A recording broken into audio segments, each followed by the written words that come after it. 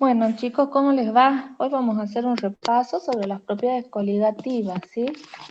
Las propiedades coligativas, perdonen, ahí empezamos.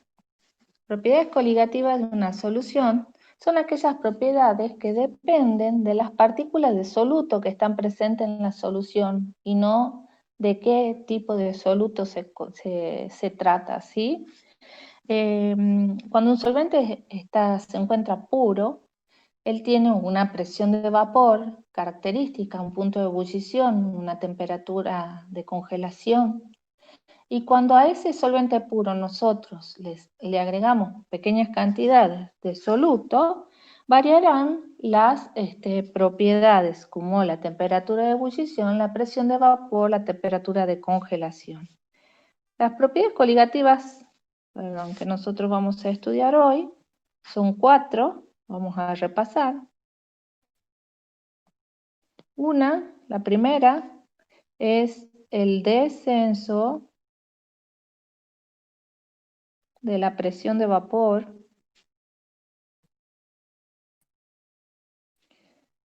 que lo representamos con un delta de P. Luego el descenso crioscópico. El prefijo crio es de frío, es decir, que es el descenso de la temperatura de congelación y lo representamos con un delta de Tc. El ascenso ebulloscópico, que lo representamos como un delta de T ebulloscópico. Y por último, la presión osmótica.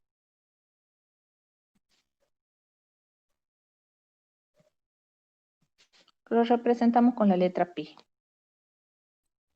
Bueno, en primer lugar, nosotros lo que vamos a ver va a ser el descenso ebulloscópico. El descenso de la presión de vapor. Cuando nosotros tenemos un solvente puro en un recipiente abierto, está el solvente solo, están las partículas del solvente y algunas en la superficie, están las partículas de solvente en la superficie, las cuales, al alcanzar una determinada presión, pasan a la fase de vapor, ¿sí? Lo que ejerce lo que llamamos la presión de vapor del solvente puro. Lo expresamos con un cerito cuando hablamos del solvente puro.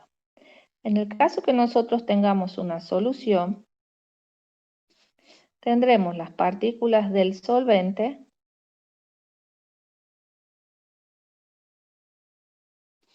y además en el recipiente estarán las partículas de soluto. ¿Sí?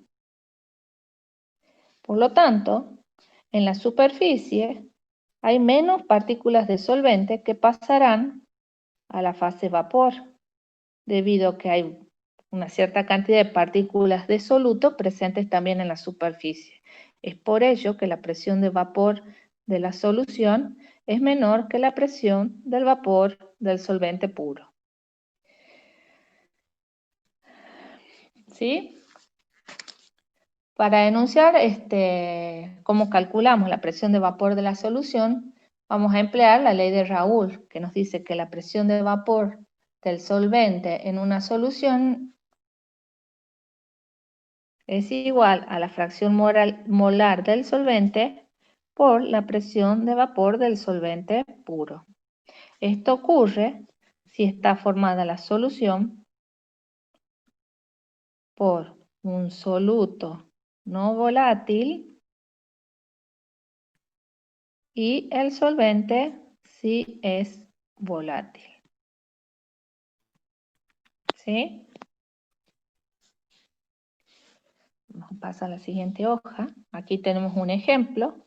Tenemos un problema que nos pide calcular la presión de vapor de una solución preparada al disolver 218 gramos de glucosa, es decir, que la masa del del soluto, perdón, es de 218 gramos. Y en 460 mililitros de agua tenemos el volumen del agua, centímetros cúbicos o mililitros lo mismo. Esto es lo mismo que decir 0,46 litros.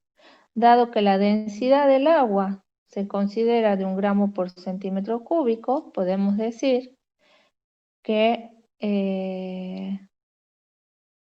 los 0,46 litros equivalen a ¿cuántos gramos?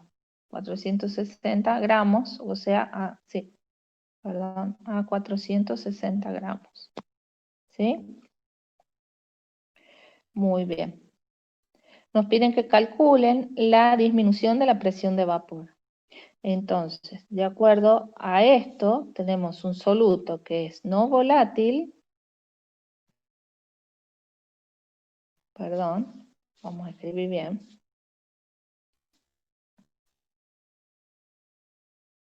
no volátil, y el solvente, el agua, que es volátil. Por lo tanto, el descenso de la presión de vapor, la presión de vapor de la solución será igual a la fracción molar del solvente, en este caso el agua, por la presión de vapor a esa temperatura del agua. ¿Qué tendríamos que calcular acá? La fracción molar del solvente, recordando que fracción molar es, si hablamos del solvente, será el número de moles de solvente sobre el número de moles de soluto más el número de moles de solvente. Esto lo calcularíamos como los 218, perdón, estamos hablando del solvente, 460 gramos de agua dividido en su peso molecular. Todo esto sobre el número de moles de soluto, que serían 218 gramos, dividido en su masa molar, que es 180 gramos por mol, más el número de moles del solvente, que acabamos de ver que es 460 sobre 18 gramos por mol. Haciendo el cálculo, 460 dividido en 18, igual a esto dividido en 218 dividido en 180, nos da un valor de 0,95 la fracción molar del solvente. Por lo tanto, la presión de vapor de la solución será igual a los 0,95 multiplicado por la presión de vapor a esa temperatura, que es 31,8 milímetros de mercurio. Esto nos da un valor en la presión de vapor de la solución de 30,36.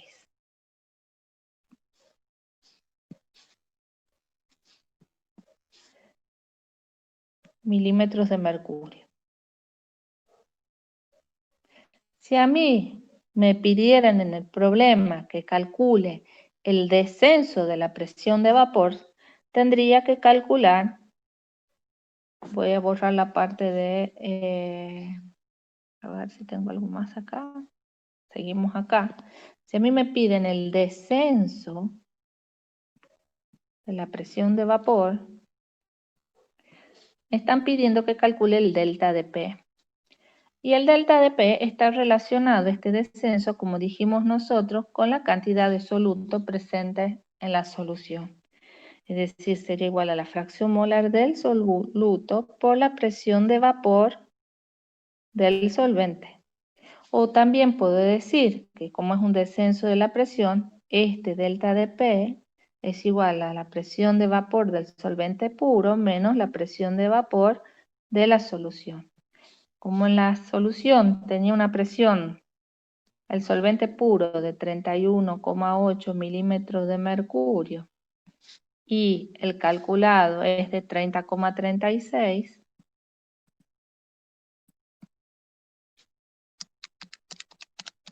podemos decir que el descenso de la presión de vapor fue de 1,44 milímetros de mercurio. El descenso es un número pequeñito.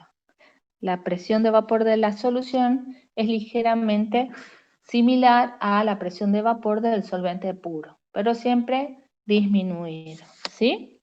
Muy bien, vamos a borrar esta parte.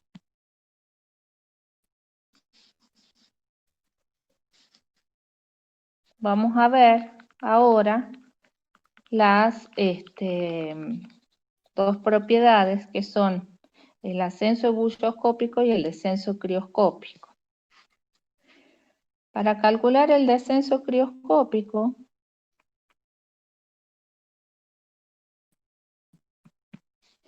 y el ascenso ebulloscópico, antes de empezar vamos a hacer el diagrama de fase del agua y vamos a observar el diagrama de fase cuando le agregamos un soluto al solvente puro. Para ello vamos a graficar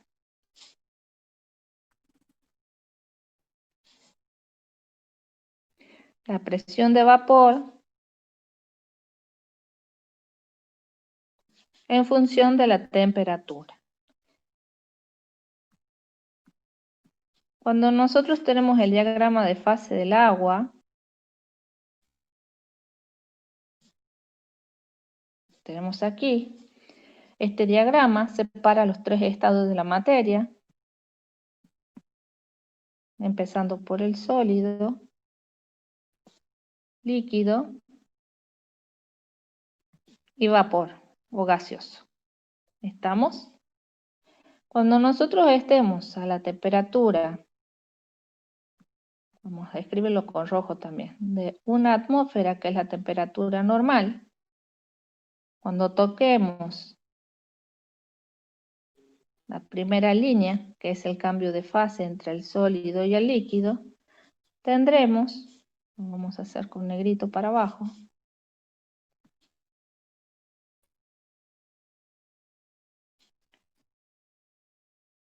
la temperatura de congelación del agua o del solvente. Si continuamos nuestra línea de punto hacia el cambio de estado entre el líquido y el sólido a la misma presión, vamos a hacer con rojo. Vamos a tener la temperatura de ebullición del solvente. ¿Estamos? Muy bien. ¿Qué pasa si nosotros le agregamos un soluto y formamos una solución? Va a ocurrir lo siguiente con el diagrama de fase. Miren.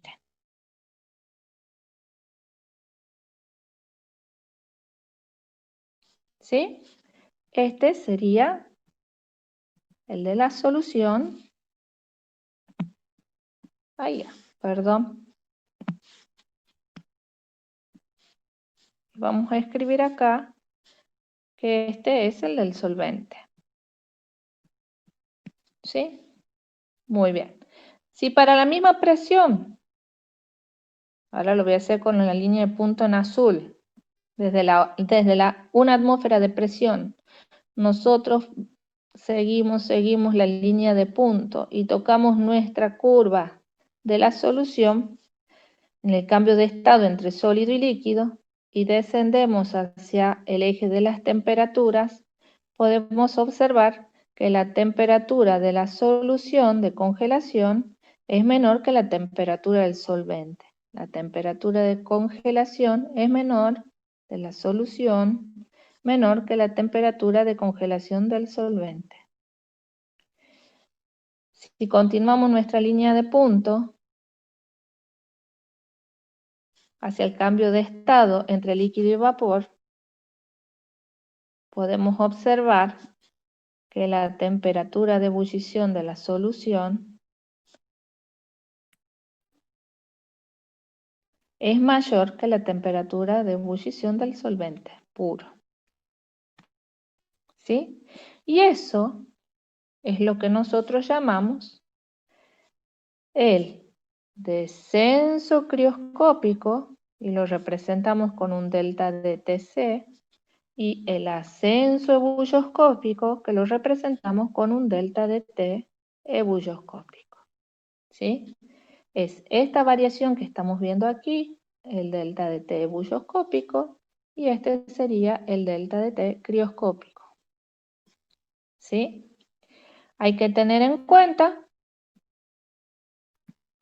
que ese delta de T ebulloscópico es igual entonces, como dijimos, a la temperatura de ebullición de la solución menos la temperatura de ebullición del solvente. Y el delta de T crioscópico, la temperatura de congelación del solvente, es mayor que la temperatura de congelación de la solución. De allí el nombre de descenso crioscópico, quiere decir que al agregarle partículas de soluto, la temperatura de la solución disminuye con respecto a la del solvente. Y cuando hablamos de ascenso, estamos diciendo que la temperatura de la solución es mayor que la del solvente, ¿sí? Al agregarle las partículas de soluto. También quiero recordarles que este delta de T siempre, siempre va a ser positivo, ¿sí? Ese descenso o ese ascenso tiene un valor positivo. Si me da negativo es porque he despejado mal, ¿sí? Y finalmente vamos a marcar en la gráfica también el descenso de la presión de vapor, ¿sí? Si nosotros nos encontramos aquí, la temperatura de ebullición, digamos, ¿ya? Vamos a poner un verde aquí. La temperatura de ebullición del solvente es aquí donde pasamos el cambio de fase de líquido a vapor, ¿sí? Y para esa misma temperatura, cuando cambia de líquido a vapor, bajamos nosotros para la misma temperatura. ¿Y qué observamos? Que la presión de vapor para la solución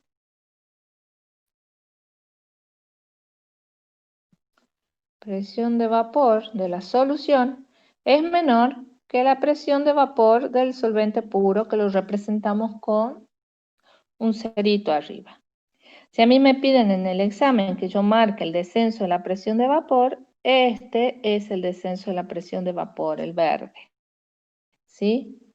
El ascenso ebulloscópico, como dijimos anteriormente, lo tenemos aquí, sería este el ascenso, y el descenso crioscópico lo tenemos aquí. Muy bien. ¿Cómo se calcula este T bulloscópico y este delta de T crioscópico? Bueno, es muy fácil. Lo voy a hacer un recuadrito aquí de color. Y lo vamos a escribir con negro. El delta de T bulloscópico es igual a la constante ebulloscópica multiplicada por la molaridad de la solución. El delta de T o el descenso crioscópico es igual a la constante crioscópica multiplicada por la molaridad de la solución. Y por otro lado, nosotros ya sabemos que este delta de T, o sea, descenso crioscópico, es igual también a la resta entre la temperatura de congelación del solvente y la temperatura de la solución. Y que este delta de T bulloscópico también es igual a ¿qué? Perdón, lo vamos a hacer con otro color. A la diferencia entre la temperatura de ebullición de la solución y la del solvente. Bueno, vamos a hacer un ejemplo de este problema. Tenemos un edulcorante sintético, aplicación de esto. Un edulcorante sintético que es muy poco soluble en agua. Es decir, que tenemos un soluto no volátil. Algo que les quería decir y que me estoy olvidando, que las propiedades coligativas son muy importantes y nos permiten calcular, por lo general, el peso molecular, o la masa molar, perdón, de compuestos de elevada masa molar, ¿sí? Para ello nos sirve, una de las aplicaciones. Bueno, tenemos un edulcorante sintético que es muy poco soluble en agua y soluble en alcohol. Si una solución contiene 2,44 gramos de edulcorante, me está diciendo la masa del soluto, los gramos del soluto, 2,44, y se encuentran en 100 centímetros cúbicos de alcohol. El volumen de alcohol, que vendría a ser el solvente, son 100 centímetros cúbicos. Y me dice que la solución, o sea, la temperatura de ebullición de la solución es de 78,206 grados centígrados. La primera pregunta, ¿cuál es el peso molecular del edulcorante? Como les dije anteriormente, el delta de T, en este caso ebulloscópico, sería igual a la constante ebulloscópica multiplicada por la molaridad de la solución. Y esto sería igual a los gramos de soluto por 1000 gramos de solvente. Esto sale de la regla de 3 simple, chicos, de la molaridad, sobre la masa molar del soluto y por los gramos del solvente presente en la solución. Como a mí me piden que calcule la masa molar, lo que yo tengo que despejar es esto, la masa molar, la cual la voy a pasar para acá. Antes de hacer, bueno, la pasamos primero. ¿Cómo me quedaría? Masa molar del soluto igual a la constante bulloscópica por los gramos de soluto por 1000 gramos de solvente sobre el delta de T ebulloscópico por gramos de solvente. Quiero que ustedes vean que hasta ahora yo no reemplacé ningún valor, solamente despejé. Les recomiendo que despejen primero para evitar errores. Por otro lado, cuando yo despejo y calculo la masa molar y me da una masa molar con menor que 2, está mal, he despejado mal. ¿Por qué? Porque la menor masa molar que nosotros conocemos es la de la molécula de hidrógeno, que corresponde a 2 átomos de hidrógeno unidos. Por lo tanto, menos de 2 no me puede salir una masa molar. Si me sale es porque ese resultado menor es porque estoy haciendo algo mal. Por otro lado, les recomiendo también que el delta de T ebulloscópico lo calculen por separado. Como es el delta de T ebulloscópico, ya sabemos que es igual a la temperatura de ebullición de la solución menos la temperatura de ebullición del solvente. Porque como es un ascenso ebulloscópico, la solución tiene mayor temperatura que el solvente puro. Temperatura de ebullición. De datos nos están dando aquí la temperatura de ebullición del solvente. Por lo tanto, el ascenso ebulloscópico en este caso será igual a 78,206 menos 78 grados centígrados. Este delta de T ebulloscópico es igual a 0,206 grados centígrados. Lo calculo acá separado para no confundirme con la resta aquí al despejar. Por lo tanto, la masa molar del soluto, en este caso del edulcorante, será igual a la constante bulloscópica, que es de un dato, 1,22 grados centígrados por mol, por los gramos de soluto presentes, por los 1000 gramos de solvente, sobre el delta de T que acabo de calcular, 0,206 grados centígrados, y los gramos de solvente. Los gramos de solvente no los conozco, me están dando un volumen del solvente. Por lo tanto, relacionando la densidad del alcohol, que sería igual a los gramos de alcohol sobre el volumen de alcohol, Despejamos de aquí volumen del alcohol, o sea, del solvente, y tendremos los gramos. Volumen por densidad serán los gramos del alcohol. En este caso serán los 100 centímetros cúbicos por la densidad, que es otro dato del problema. Densidad es 0,79 gramos por mol, 0 gramos por centímetros cúbicos. Por lo tanto, los gramos de solvente serán 79. Colocamos 79 gramos de solvente. Luego simplificamos las unidades, gramo de solvente con gramo de solvente, grado centígrado, y me queda la unidad en mol y en gramos, gramos por mol. Por lo tanto, la masa molar del soluto va a ser igual a 1,22 por los 2,44 por 1000 dividido en 0,206 y en 79, y me da una masa molar de 183 gramos por mol.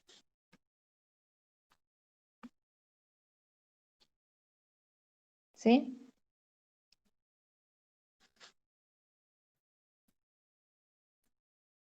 Continuando con el apartado B de este problema, vamos a agregarle una hoja más. A ver, ya no puedo agregar más, parece. Vamos a borrar. Entonces, en el apartado B me están pidiendo que calculemos el descenso crioscópico que este soluto provocaría en la solución. Entonces, borramos esta parte que ya conocemos.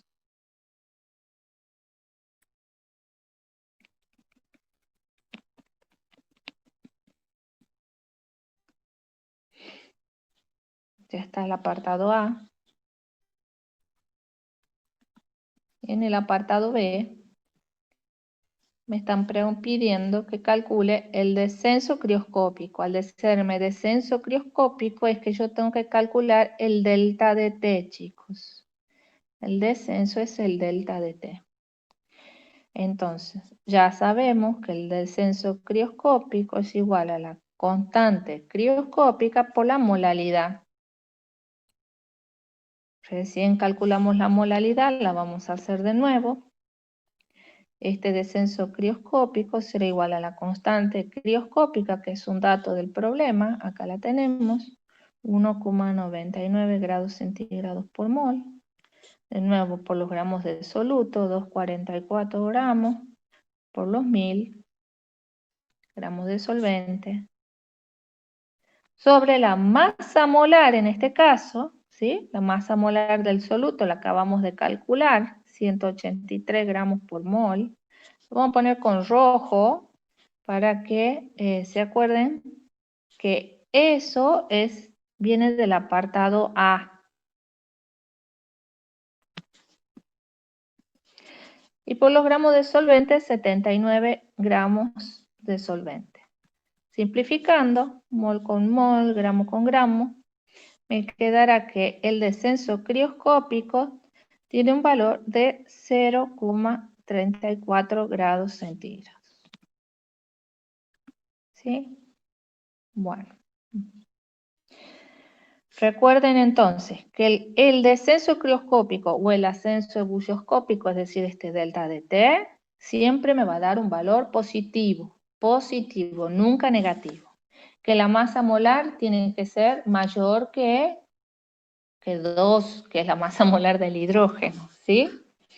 Y que por lo general utilizamos estas propiedades coligativas para calcular las masas molares de compuestos de gran tamaño, ¿sí? Pasemos al siguiente problema, que es el problema 13 de la guía. Lo vamos a hacer porque nos piden calcular todas las propiedades coligativas, las 4. Tenemos una solución formada por sacarosa, cuya masa es de 104 gramos, masa de soluto no volátil, ¿sí? Están disueltos en 1 kilo de agua, o sea que los gramos de solvente, al ser 1 kilo, son 1000 gramos de solvente. a una temperatura de 20 grados centígrados. Me pide calcular en el apartado A la presión de vapor de la solución si la presión de vapor del agua a esa temperatura es de 17,53 torr. Recuerden que el torr y el milímetro de mercurio es lo mismo, ¿sí? Entonces, para calcular esto, ¿qué necesitamos? Presión de vapor de la solución será igual a la fracción molar del solvente por la presión de vapor del solvente puro. Necesitamos calcular la fracción molar del solvente. Número de moles de soluto será 104 gramos dividido en su masa molar, que la tenemos de dato. A ver. No está puesta, pero es 342 gramos por mol. Número de moles del solvente serán los 1000 gramos dividido en su masa molar. Esto nos da un valor de 0,304 moles y acá 55,55. Con esto calculamos el número de moles totales, que sería igual a 55,854. ¿Para qué me sirve esto? Recordemos que la fracción molar del solvente será igual al número de moles de solvente sobre el número total de moles. Por lo tanto, la fracción molar del solvente será igual a 55,55 dividido en 55,854. Esto nos da un valor de 0,994. Por lo tanto, la presión de vapor de la solución, perdón, vamos a escribir bien acá, es igual a la fracción molar del solvente por la presión de vapor del solvente puro. Esto nos da un valor de 17,43 torr o milímetros de mercurio. ¿Sí? Muy bien. En el apartado B, ¿qué nos piden calcular? Nos piden calcular el punto de congelación de la solución. Es decir, vamos a hacer acá una línea pequeñita de separación, a ver si podemos calcular acá el apartado B. Me piden calcular la temperatura de congelación de la solución.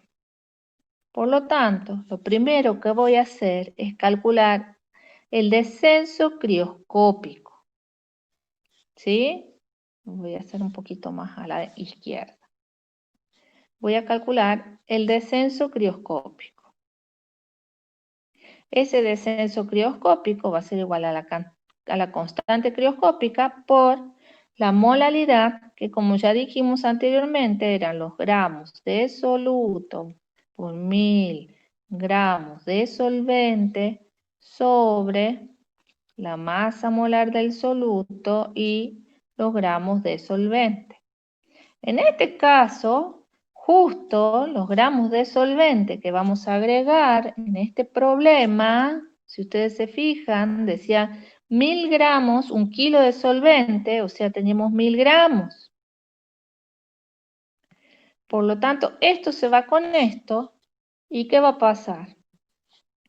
El descenso crioscópico en este caso va a ser igual a la constante crioscópica, que tiene un valor de 1,86 grados centígrados por mol, por, fíjense que me quedaría, el número de moles de soluto, que ya lo calculamos. Entonces lo voy a utilizar ese valor. Este delta, aquí que quedaría. Este delta de T crioscópico me da un valor de 1,86 Esto me quedaría en moles, ¿no? Se va mol con mol. 1,86 por 0,304 me da un valor de 0,56.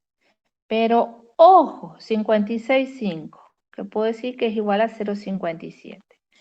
Esto que acabo de calcular yo, esto que acabo de calcular, ¿qué viene a ser? El descenso crioscópico. Y a mí me piden el punto de congelación de la solución.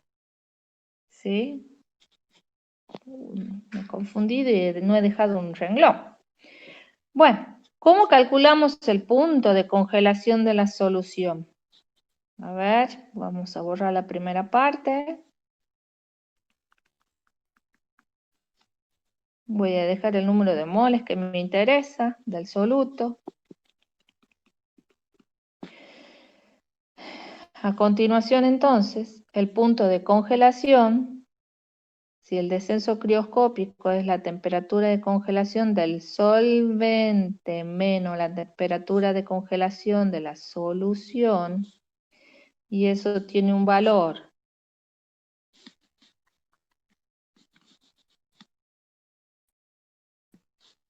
de 0,57, y ustedes van a decir, ay, pero profesora, no me dieron la temperatura de congelación del solvente. Quiero recordarles que cuando a mí me hablan de agua, chicos, yo ya sé que la temperatura de ebullición es de 100 grados centígrados y la temperatura de congelación de 0 grados centígrados. Es archiconocido, igual que la densidad. No necesito que me den de datos, ¿estamos? Por lo tanto, ¿cómo quedaría aquí temperatura de la solución? Temperatura de la solución, que está restando, la pasaremos para el lado derecho. Y quedará temperatura de congelación de la solución igual a 0 grados centígrados menos los 0,57. Por lo tanto, la temperatura de congelación de la solución va a ser igual a menos 0,57. ¿Sí? Vamos a ver el apartado C. Borremos un poquito esta parte.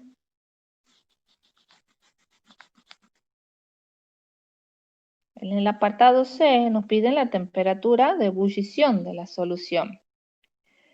Entonces, para calcular la temperatura de ebullición de la solución, vamos a borrar de nuevo esto de los solventes. Vamos a hacer el apartado C.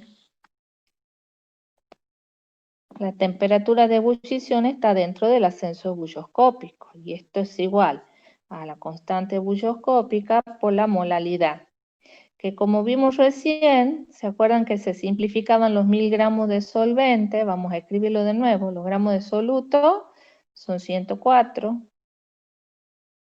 dividido en su masa molar, 342, que esto vienen a ser los moles, 0,304, que calculamos anteriormente.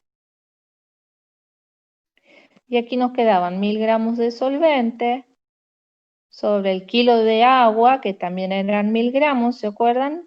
Se simplificaba. Por lo tanto, este ascenso bulloscópico era igual a la constante bulloscópica por los 0,304 moles. 0,512 por 0,304 me da un valor de 0,156. Pero esto que acabamos de calcular es solo el ascenso bulloscópico. Y a mí me piden, ¿qué cosa? La temperatura o punto de ebullición de la solución. Recordemos que este delta de T bulloscópico, al ser un ascenso bulloscópico, la temperatura de ebullición de la solución es mayor que la temperatura de ebullición del solvente. De aquí despejando, nos queda que la temperatura de ebullición de la solución será igual a la temperatura del solvente, que son 100 grados centígrados, más el delta de T ebulloscópico, que es 0,156.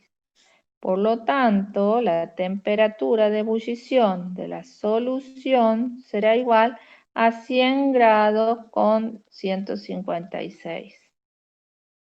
¿Sí? Aquí está el resultado. ¿Sí? Bueno. Por último, nos falta calcular la presión osmótica de la solución.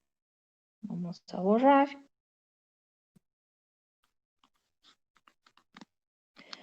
Acá también hay que tener cuidado cuando trabajamos con la presión osmótica.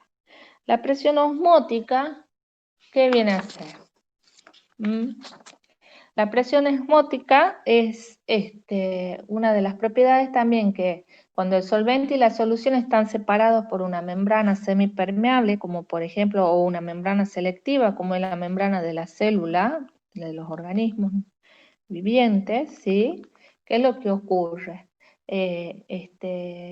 Esa membrana semipermeable solo permite el paso de las moléculas del solvente.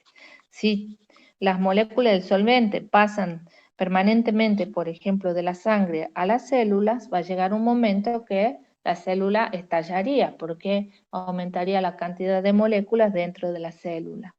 Entonces, ¿qué es lo que ocurre?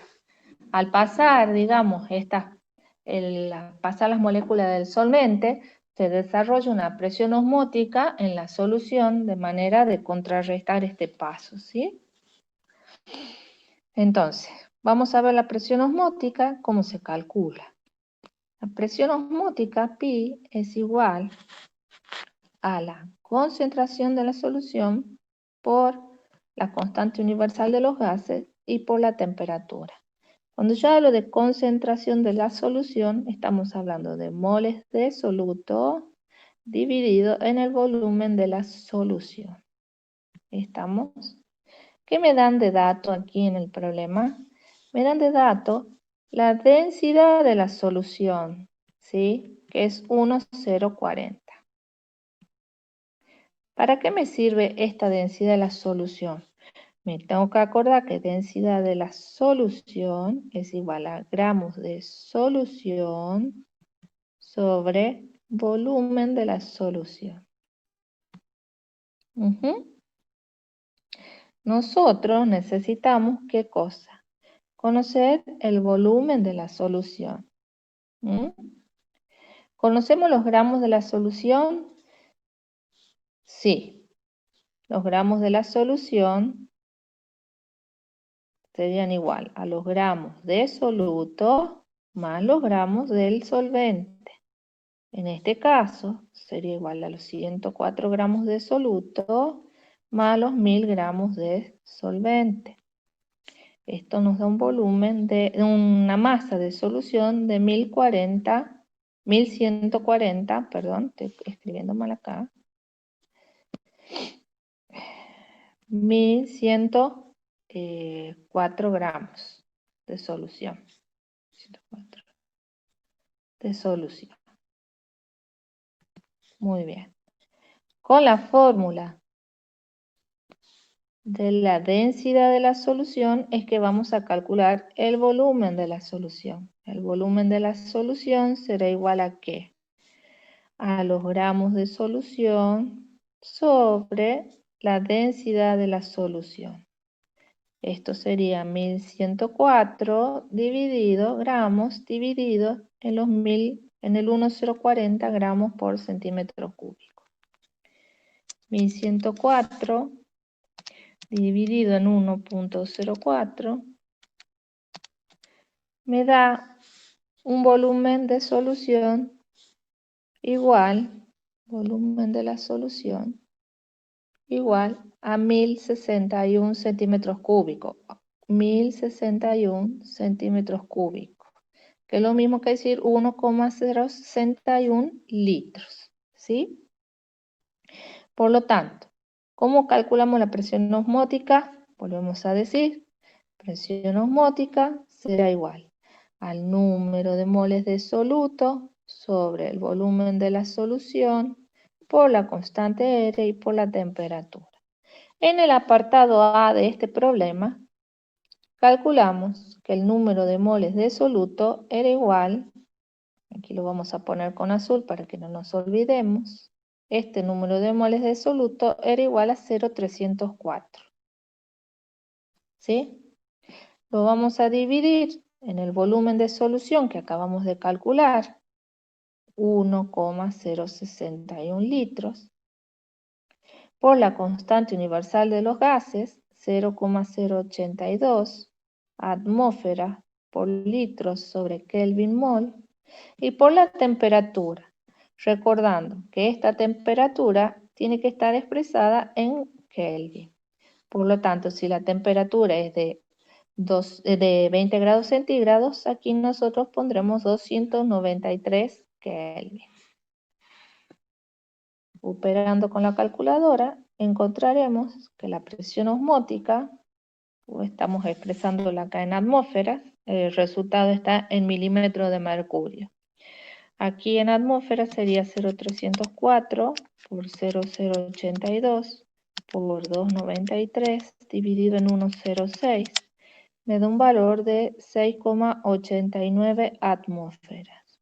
¿Cómo pasamos las atmósferas a milímetros de mercurio?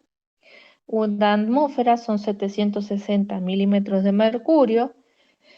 6,89 lo multiplico entonces por 760 y me da el valor de 5.234. Aproximadamente milímetros de mercurio. ¿Estamos? Así terminamos el problema 13 de la cartilla. A continuación vemos el problema 14, donde aquí aplicamos también la ley de Raoult, ¿sí? La ley de Raoult, ¿se acuerdan que les dije yo?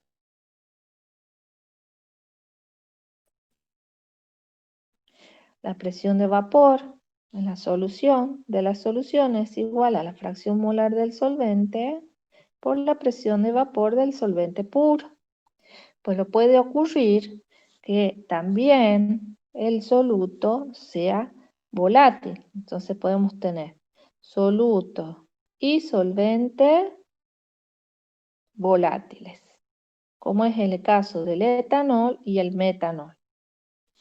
Por lo tanto tendremos presión aquí, presión de vapor del etanol igual a la fracción molar del etanol por la presión del etanol puro, y presión de vapor del metanol, perdón, acá que escribí, presión de vapor del metanol, que será igual a la fracción molar del metanol por la presión de vapor del metanol puro, ¿sí? Aquí tenemos alcohol etílico y alcohol metílico. Muy bien. Por ser compuestos muy parecidos, aquí nos dicen que forman un sistema de dos componentes que se ajusta muy estrechamente a la ley de Raoult en toda su concentración. Tenemos 20 gramos de metanol y 100 gramos de etanol. Nos pide calcular la presión parcial ejercida por cada uno de ellos y la presión total de la solución. Muy bien. Para calcular la presión total, vamos a aplicar la ley de Dalton de las presiones parciales, donde tendremos presión total, será la presión del etanol más la presión en la solución, obviamente, y la del metanol. Bueno, para poder calcular las presiones necesitamos conocer, como estamos viendo aquí, las fracciones molares del metanol o del etanol. Como hicimos anteriormente, para ello vamos a calcular el número de moles del ácido metílico, ¿sí? Tenemos 20 gramos del metílico, tenemos 20 gramos, y lo vamos a dividir en su masa molar. Tenemos carbono 12 más 3 de hidrógeno más 16 del oxígeno más un hidrógeno más, su masa molar 32 gramos por mol. 20 dividido en 32, tenemos 0,625 moles.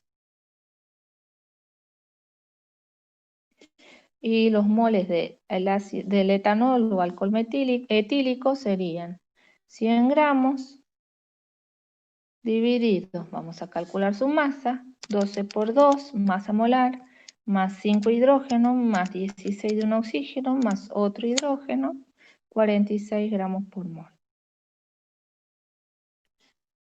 100 dividido en 46 nos da de 2,174 moles. Muy bien. El número de moles totales será los 2,174 más 0,625, 2,799. Por lo tanto, la fracción molar del metanol será igual a 0,625 dividido en 2,799, nos da un valor de 0,22. Recordemos también que las fracciones molares, la suma de ambas, ya sea del metanol más la del etanol, me tiene que dar igual a 1. Eso es muy importante. ¿Sí? Esto. ¿Sí? Por lo tanto, puedo decir qué cosa. Que la fracción molar del etanol será igual a 1 menos 0,22. Y esto me da un valor de 0,78. De aquí calculamos las presiones de cada uno. Presión de vapor del etanol en la solución será igual a los 0,78, que es su fracción molar, multiplicada por la presión de vapor del etanol puro. Y la presión de vapor del metanol será igual a los 0,22 por la presión de vapor del mismo, 94 milímetros de mercurio.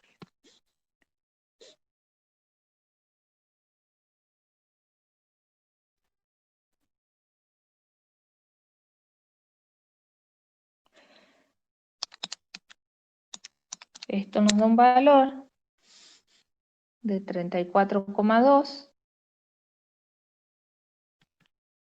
para el etanol, la presión de vapor del etanol en la solución, y de 21 milímetros de mercurio para el metanol. Muy bien. En el apartado B me piden la composición del vapor que está por encima de la solución aplicando la ley de Dalton. ¿Eso qué quiere decir?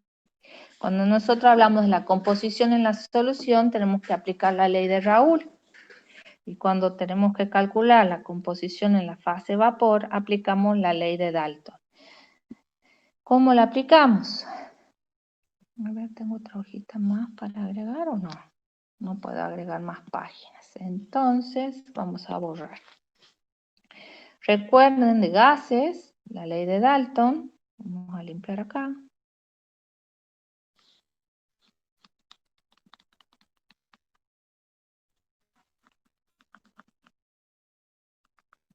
¿Qué nos decía la ley de Dalton? Que la presión total que había en un recipiente era igual a la suma de las presiones parciales de cada uno de los componentes que estaban presentes en la mezcla de gases y en este caso la mezcla de vapores. Por lo tanto, Dalton nos dice que la presión total es igual a la presión de vapor del metanol en la solución más la presión de vapor del etanol en la solución, ¿sí? La presión total será igual entonces a los 21 milímetros de mercurio más los 34,2 milímetros de mercurio, la presión total igual a 55,2 milímetros de mercurio. Como estamos en la fase de vapor, recuerden que Dalton nos decía que la presión parcial de un gas, en este caso sería la del metanol, sería igual a la fracción molar de ese gas, que en este caso lo vamos a representar con una letra diferente a la composición. La fracción molar en la fase vapor va a ser Y por la presión total. Entonces, la presión del metanol va a ser igual a la fracción molar del metanol en la fase gas por la presión total. De aquí despejamos la fracción molar en la fase vapor, será igual a la presión del metanol, 21 milímetros de mercurio, sobre la presión total. Y esto nos da un valor de 0,38. Conociendo ya la fracción molar del metanol, y sabemos que la fracción molar de ambos es igual a 1, restando tenemos la fracción molar del etanol. Y su valor será de 0,62.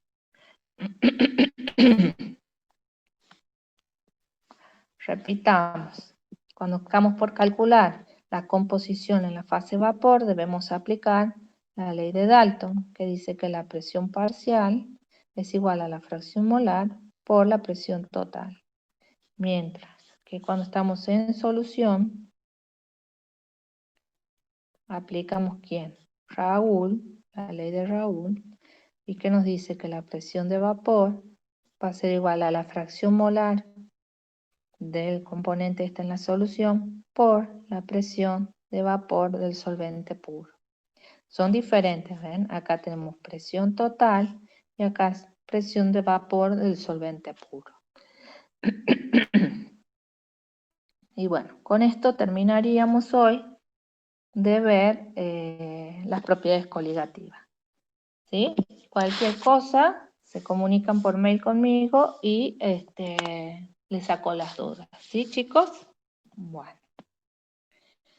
Nos vemos en la próxima clase, ¿sí?